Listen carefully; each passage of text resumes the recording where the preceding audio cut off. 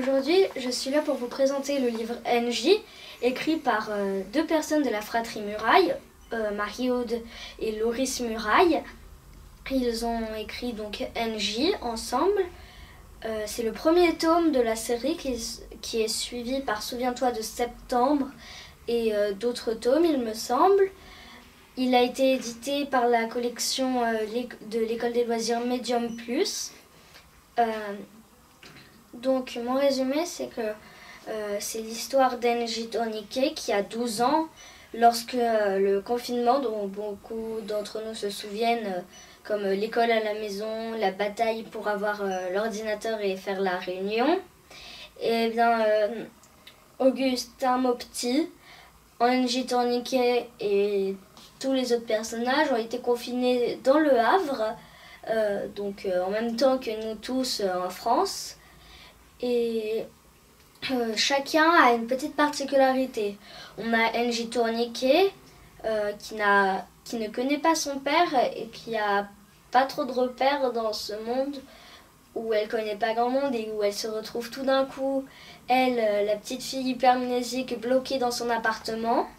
Augustin Mopti, commandant ou capitaine de police, qui lui a eu un accident en traquant un trafiquant et malheureusement il a des petits problèmes aux jambes, donc lui il sera confiné dans son appartement.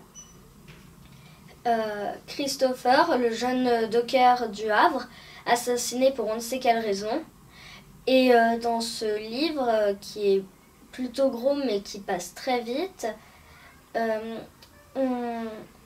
on voit leur évolution ensemble à mener l'enquête pendant notre fameux confinement. D'ailleurs, on ne sait pas vraiment si à un moment donné NJ rentrera au collège ou non, puisque NJ a 12 ans. Mais oui, ils vont mener leur enquête et on va les suivre lors de cette enquête. Moi j'ai beaucoup aimé parce que bien sûr comme c'est Marie-Aude Muraille, je trouve qu'elle écrit superbement bien. Elle et son frère ont réussi à maîtriser le suspense plutôt bien, je trouve. Et le suspense avec le policier et beaucoup de choses comme ça qu'ils ont réussi à emmêler ensemble. J'ai trouvé ça très bien écrit, donc quand j'ouvrais le livre, c'était très difficile de m'arrêter et c'est pour ça que je l'ai aimé.